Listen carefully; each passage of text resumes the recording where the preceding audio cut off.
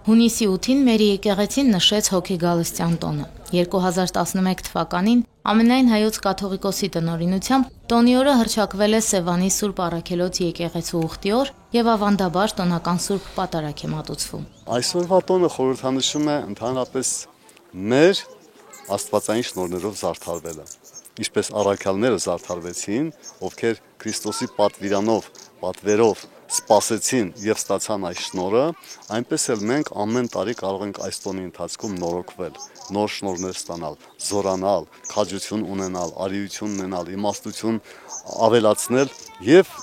լավ վկաներ լինել Քրիստոսին, բացապես մեր կյանքով եւ Աստծո խոսքով նաեւ։ Սուրբ Սեղանին է դրված Մայրաթորից բերված Մատթեոս եւ Անդրեաս առաքյալների մասունքներն ամփոփող մասունքարանը։ Սուրբ Անդրեասը Քրիստոսի 12 առաքյալներից էր, Պետրոս առաքյալի եղբայրը։ Մինչ Տիրոջը հետևելը եղել է Հովանես Մկրտչի աշակերտը։ Տիրոջ համբարձումից հետո քրիստոնեություն է քարոզել Հունաստանի հյուսիսում։ Սուրբ Մատթեոսը հարկահավաք է եղել, բայց երբ Հիսուս նրան առաքելության է կոչել, դարձի է եկել եւ իր ողջ ունեցվածքը բաժանել աղքատներին։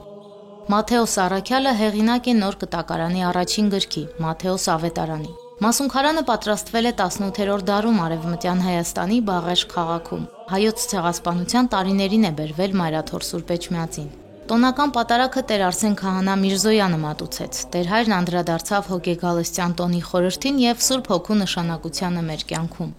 Հոգեգալստյան այս տոնը նաեւ յուրաքանչյուրինս է։ Յուրաքանչյուրինս է, որովհետեւ մենք էլ առաքյալների նման հնարավորություն ունենք Սուրբ Հոգու շնորհները ստանալու եւ անդադար ստանալու։ Երկրի վրա այլևս մեզ պահում, կապում եւ առաջնորդում է Սուրբ Հոգի Աստված։ Եվ մեզանից է կախված։ Թույլ կտանք Սուրբ Հոգին գործի մեր մեջ, թե ոչ։ Մեզանից է կախված Սուրբ Հոգին շարունակի իրագործել, կենսագործել իմ կյանքից ներս, իմ միջոցով, թե ոչ։ Իմ աղոթքն ու հայցն է, որպեսզի Տեր Աստված յուրաքանչյուրիս աստվածային իմաստություն տա, մտքի, հոգու, մարմնի առողջություն տա եւ նաեւ հաջողություն առաքյալների նման միասիրտ դառնալու վերջո։ Մեր կամքը եւ մեր սիրտը մեկտեղելու, խոնարեցնելու դիմացինի կրակման, դիմացինի սիրտը, սերը, կամքը վերցնելու քո մեջ, դառնալու մեկ ամբողջություն, մեկ միություն, մեկ համայնք։ Եվ այդ ժամանակ Սուրբ Հոգին կգա իրավա եւ կառաջնորդի մեզ այն եկեղեցու շարունակությանը, որի հիմնադիրներն են մեր Սուրբ առաքյալները։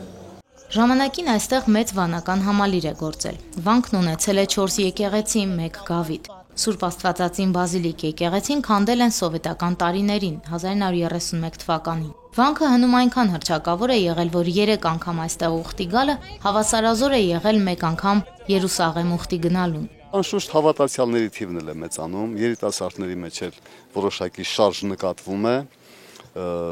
Այս տարի օրինակ նաև անցյալ տարի զբոսաշրջիկներ ավելի շատ էին, թե Ռուսաստանից, թե Եվրոպայի երկրներից եւ Ամերիկայից շատանում են, դա զգացվում է իրապես, իսկ ընդհանրապես ուխտի օրվա կապակցությամբ անշուշտ այն քանակը չէ, ինչ որ առաջին տարիներին էր, բայց արդեն ոնց որ ասած մաղվել են